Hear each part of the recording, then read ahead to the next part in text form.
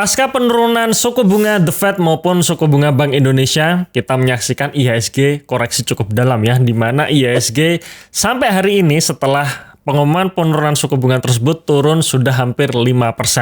Ya, jadi sudah jatuh dari level tertingginya di 7.900 sampai saat ini, saat video ini diambil tanggal 3 Oktober 2024, IHSG diperdagangkan ya, atau berada di level sekitar 7.500-an. Nah, penurunan IHSG ini juga ditopang atau dikontribusi oleh penurunan dari emiten-emiten perbankan kita, di mana 4 saham bank terbesar kita ini mengalami koreksi harga saham ya, baik itu BBCA, BMRI, BBRI maupun BBNI. Nah, buat sebagian orang penurunan harga saham ini pastinya membuat panik, tapi buat sebagian orang yang lain yang dimana dia fokusnya adalah untuk jangka panjang, maka penurunan harga saham ini biasanya dimanfaatkan untuk serok bawah ya, apalagi mereka-mereka yang memang fokusnya untuk hold saham jangka panjang dan memanfaatkan dividen.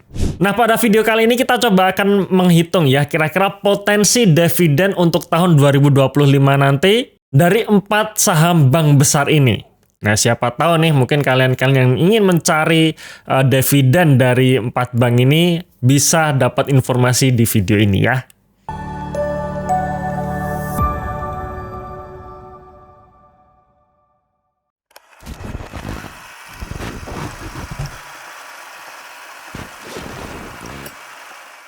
Oke, kita bicara mengenai dividen. Dividen ini bisa menjadi salah satu hal yang patut dipertimbangkan ketika kita ingin mencari ya, atau kita ingin membeli saham untuk hold jangka panjang. Dalam artian seperti ini. Ketika kita pegang suatu saham yang saham atau harga sahamnya ini sideways berkepanjangan, dengan adanya dividen, kita bisa memanfaatkan dividen itu sebagai ongkos tunggu ya. Jadi walaupun harga sahamnya belum naik selama 1 atau mungkin 2 tahun ke depan, asalkan dividen yieldnya itu bagus, ya kita masih dapat kompensasi menunggunya dari dividen tersebut. Nah, pada tanggal 13 Oktober nanti, tepatnya di Surabaya, saya akan share ya bagaimana saya mengelola portofolio, di mana mayoritas saham-saham yang ada di portofolio saya ini menghasilkan dividen yang cukup lumayan. Dalam artian ini bisa menjadi ongkos tunggu saya ketika saham-saham yang saya pegang ini tidak naik. Bagaimana saya menyusun sebuah filosofi portofolio di mana portofolio saya ini sebenarnya sifatnya adalah defensif dibandingkan ofensif ya, dibandingkan mengejar cuan yang maksimal, tapi saya memilih untuk mempertahankan portofolio, mempertahankan yield portofolio. Strategi yang saya lakukan ini menurut saya cocok nih buat kalian-kalian yang saat ini memang tidak fokus di pasar modal, alias teman-teman mungkin banyak kesibukan ya, sibuk ngantor ataupun sibuk berbisnis di mana tidak sempat untuk mengikuti market hariannya. Nah, maka pastikan teman-teman jangan sampai kelewat di momen tanggal 13 Oktober besok di Surabaya. Segera daftar sekarang juga, linknya di kolom komentar yang sudah kami pin ya. Oke, kita mulai dulu dari BBCA ya. Kira-kira berapa nih potensi dividen yield untuk tahun 2025 nanti. Nah, kita mulai dulu dari pergerakan harga saham BBCA, di mana saat video ini diambil tanggal 3 Oktober 2024, harga saham BBCA berada di level 10.525. Artinya jika kita hitung sejak awal tahun 2024, harga saham BBCA naik 12% ya, dan di harga sekarang ini menunjukkan level PBV 5,3 kali dengan PI rasio 24 kali. Sekarang kita lihat kinerja dari BBCA posisi Juni 2024. Ya, kita lihat dulu dari pendapatan bunga brutonya ya, alias omsetnya dalam semester 1 ternyata naik 8%. Dari 42,5 triliun rupiah menjadi 46 triliun rupiah. Kemudian jika kita lihat pendapatan bunga dan syariah bersihnya ya, alias ini adalah pendapatan bunga yang sudah dikurangi dengan beban bunga yang diberikan kepada nasabah simpanan, ini juga naik 8%. Dari 36,9 triliun rupiah menjadi 39,8 triliun rupiah. Kemudian untuk posisi laba bersih di semester 1 2024, BBCA membukukan kenaikan yang bagus ya, cukup bagus, naik 11% dari 24,1 triliun rupiah menjadi 26,8 triliun rupiah. Nah, sekarang kita lihat juga histori pendapatan maupun laba bersih dalam jangka panjang sekaligus proyeksi untuk tahun 2024. Dimana kalau teman-teman lihat di sini untuk pendapatan dari BBCA dari tahun 2013 sampai dengan 2023 ini konsisten naik ya. Konsisten naik, bahkan di tahun 2024 ada potensi kenaikan ya 10% lah ya. Kita proyeksi naik 10% karena posisi semester 1 tadi naiknya 11%. Jadi jika proyeksi tahun 2024 ini berjalan dengan lancar, artinya BBCA untuk tahun 2024 ini mencatatkan revenue tertinggi sepanjang sejarah atau all time high-nya. Begitu juga dengan laba bersihnya, di mana kalau kita lihat laba bersih BBCA tahun 2013 sampai dengan 2023 ini juga konsisten naik. Bahkan kenaikannya berlanjut di tahun 2024 ini, yang dimana tadi ya posisi semester 1 naik 11%, ya bisa kita anggap untuk 2024 kita bisa proyeksikan untuk naik 10%. Artinya kalau ini juga mencapai laba 53,5 triliun rupiah, ini juga merupakan laba tertinggi ya sepanjang sejarah BBCA.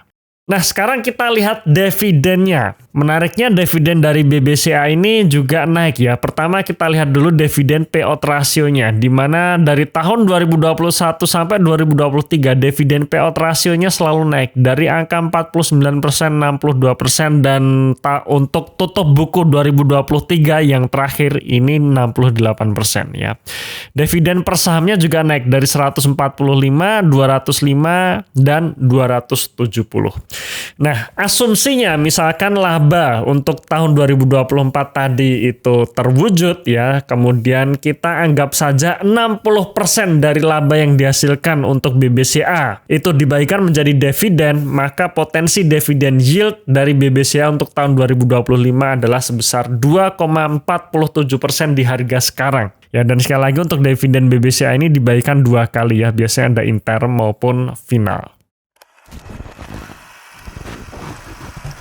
Oke, sekarang kita coba hitung untuk BMRI-nya ya, berapa kira-kira potensi dividen yield untuk tahun 2025 nanti. Ya, kita mulai dulu dengan harga sahamnya ya. Di mana saat video ini diambil tanggal 3 Oktober 2024, harga saham BMRI diperdagangkan pada level 7.025. Yang artinya kalau kita hitung secara year to date, BMRI ini sudah naik 16% sepanjang tahun 2024 ini. Dan harga sekarang menunjukkan level PBV 2,5 kali dengan PI rasio 11 kali. Sekarang kita lihat untuk kinerja posisi Juni 2024, di mana kalau kita lihat omsetnya ya, pendapatan bunga brutonya itu naik 13% secara tahunan. Dari 64,1 triliun rupiah menjadi 72,2 triliun rupiah. Kemudian untuk pendapatan bunga bersihnya ternyata kenaikannya hanya 4% ya, dari 47,3 triliun rupiah menjadi 49 triliun rupiah. Kenaikan yang lebih sedikit dibandingkan dari kenaikan pendapatan bunga brutonya ya bisa jadi karena suku bunga tinggi ya, dimana kalau tadi kita lihat BBCA itu dia lebih bagus lagi ya, istilahnya pendapatan netonya itu sama dengan kenaikan pendapatan neto sama dengan kenaikan pendapatan bruto, tapi untuk BMRI ini ternyata tidak sesuai dengan seperti BBCA ya. Kemudian untuk laba bersihnya secara tahunan naik 5% dari 25,2 triliun rupiah menjadi 26,5 triliun rupiah. Nah, sekarang kita lihat histori pendapatan maupun laba bersih BMRI sejak tahun 2013 sampai saat ini. Di sisi pendapatan tahun 2013 sampai dengan tahun 2023 ini juga konsisten naik. Ya, konsisten naik, bahkan untuk tahun 2024 ini karena tadi juga naik dalam tahunan, maka bisa kita prediksi untuk pendapatan BMRI tahun 2024 ini bisa mencapai all time high-nya ya. Kemudian laba bersihnya pun juga demikian. Walaupun hanya naik secara tahunan 5%, tapi kalau misalkan kenaikan 5% ini bisa konsisten sampai akhir tahun 2024 nanti, maka laba bersih BMRI pun akan ya mencetak laba all time high-nya ya. Kita anggap kenaikannya sama dengan secara tahunan sama dengan semester 1, yaitu naik 5% menjadi 57,8 triliun rupiah. Nah, sekarang kita coba hitung potensi dividen tahun 2025, di mana untuk BMRI sendiri dalam 3 tahun terakhir konsisten membagikan dividen dengan payout ratio 60%. Ya, artinya dari laba yang dihasilkan ya, tutup buku akhir tahun 60%-nya biasanya dibagikan menjadi dividen. Kemudian kalau kita lihat dividen per sahamnya, karena labanya naik, maka walaupun dividen payout ratio-nya tetap 60%, tapi dividen per sahamnya naik ya, juga naik ya. Kenapa? Karena labanya naik dari 180, 265 dan 354. Ini kita sudah menghitung stock split-nya ya, stock split adjusted ya, karena kemarin BMRI melakukan stock split ya. Jadi ini sudah kita hitung secara stock split-nya. Nah, maka dengan asumsi misalkan laba bersih secara tahunan naik 5%, kemudian 60% dari laba dibagikan menjadi dividen, untuk harga sekarang potensi dividen yield BMRI itu sebesar 5,29% untuk tahun 2025 nanti. Ya, 5% dividen yield ya menurut saya juga oke ya, tetap bagus. Oke, sekarang kita masuk ke BBNI-nya ya. Berapa kira-kira untuk potensi dividen yield tahun 2025 nanti? Ya, seperti dengan emiten-emiten sebelumnya ya, bank-bank sebelumnya. Pertama kita lihat dulu dari pergerakan harga sahamnya. Dimana kalau BBNI sendiri ternyata ini tidak semujur atau sebagus di BBCA maupun BMRI tadi ya, yang dimana secara year to date ini sudah naik belasan persen. Tapi kalau untuk BBNI sendiri, ternyata sepanjang tahun 2024 ini justru harga sahamnya masih stagnan ya. Masih stagnan. Sempat naik di awal tahun, kemudian jatuh di bulan Juni, kemudian posisi saat ini tanggal 3 Oktober 2024 bisa dikatakan stagnan atau secara year to date minus sekitar 0,5%. Levelnya hampir sama dengan awal tahun 2024. Di mana untuk harga sekarang menunjukkan level PBV 1,3 kali dengan PI rasio 9 kalinya. Nah, sekarang kita coba lihat kinerja dari BBNI untuk posisi semester 1 2024, di mana dari pendapatan bunganya naik 6%, dari 30,2 triliun rupiah menjadi 32,1 triliun rupiah. Kemudian pendapatan bunga bersihnya ini justru turun ya, turun 7% dari 20,6 triliun rupiah menjadi 19 triliun rupiah.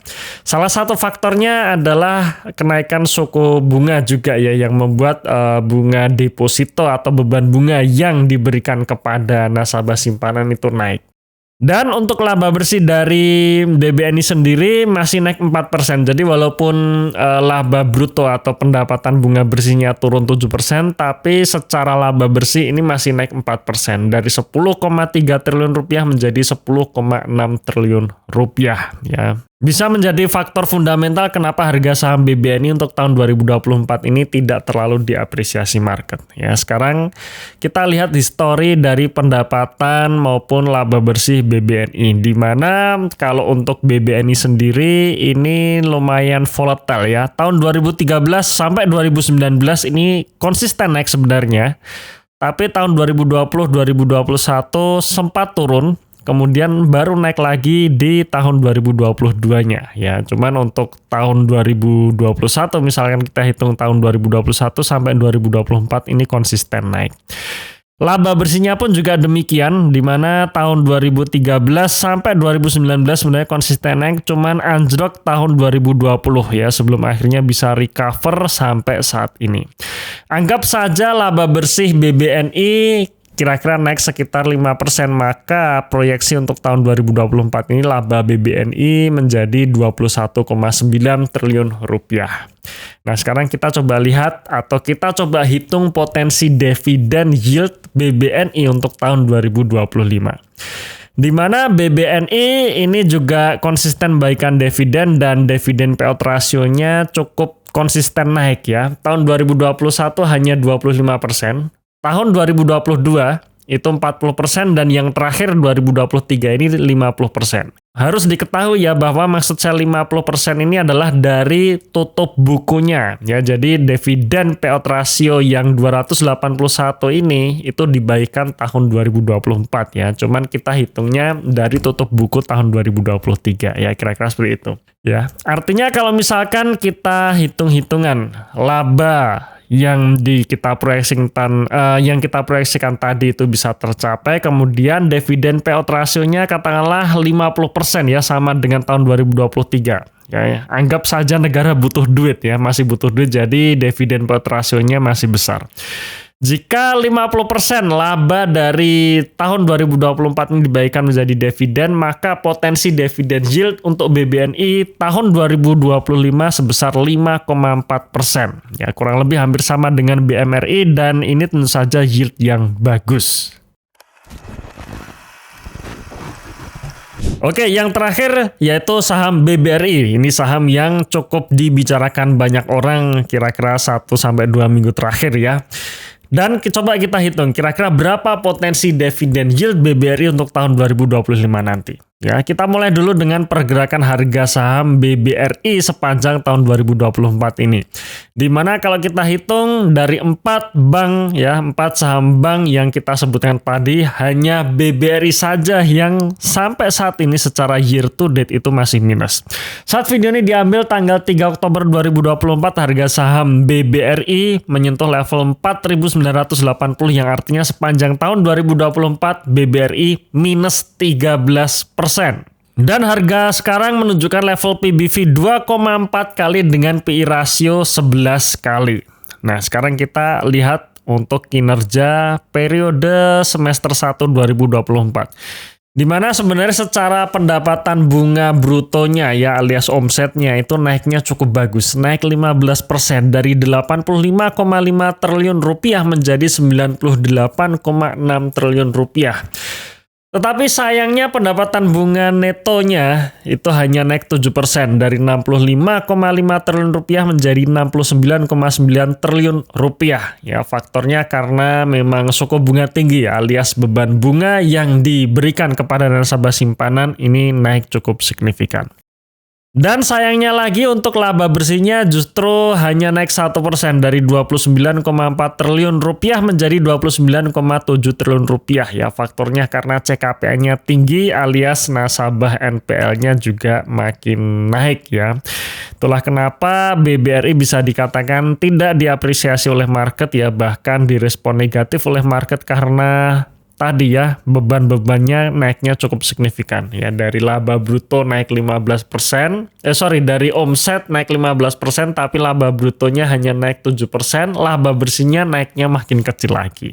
Nah, sekarang kita coba lihat histori dari revenue BBRI maupun laba bersih BBRI ya. Dimana kalau kita lihat secara revenue atau pendapatan bunga brutonya, sebenarnya BBRI ini cukup bagus. Tahun 2013 sampai 2023 konsisten naiknya seperti anak tangga. Bahkan tahun 2024 ini kalau kita proyeksikan naik 10%, ini juga mencapai pendapatan all time high dari BBRI.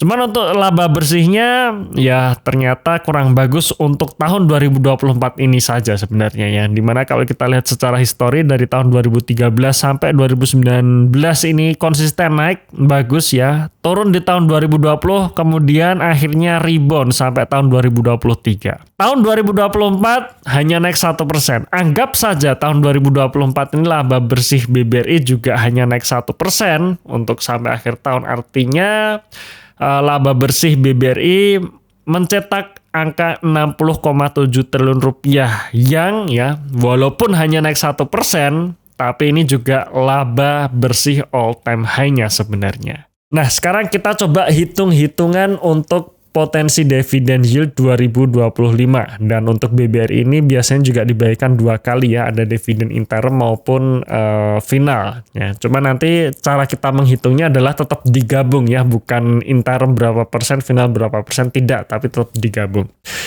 Dan kalau kita lihat untuk dividen payout rasionya selama 3 tahun terakhir, angkanya cukup bagus 85%. Untuk yang terakhir di tahun 2023 ini hanya 80%.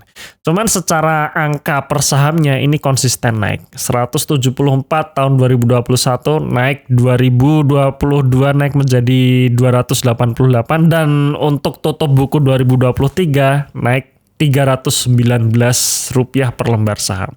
Anggap saja ya untuk tahun 2025 nanti ya, atau tutup buku tahun 2024, di mana dividen payout rasionya adalah 80%, dari laba yang dihasilkan katakanlah 60 triliun tadi, di harga sekarang itu ada potensi dividen yield 6,4% ya, dividen yang bisa kita terima di tahun 2025 nanti, baik itu interim plus finalnya ya, jadi 2 kali pembagian. Tentu saja dividen yield 6,4% ini ya menurut saya cukup bagus ya. Jadi ketika harga saham BBRI justru turun ya, asalkan labanya tetap naik, maka potensi dividen yield pun itu juga menjadi menarik. Oke, itu tadi hitung-hitungan kita mengenai berapa potensi dividen yield yang kita terima untuk tahun 2025 nanti, alias itu menjadi dividen untuk tutup buku tahun 2024. Nah, kira-kira dari pembahasan kita tadi, kalian pilih yang mana nih? Coba share saham-saham bank milik kalian di kolom komentar ya.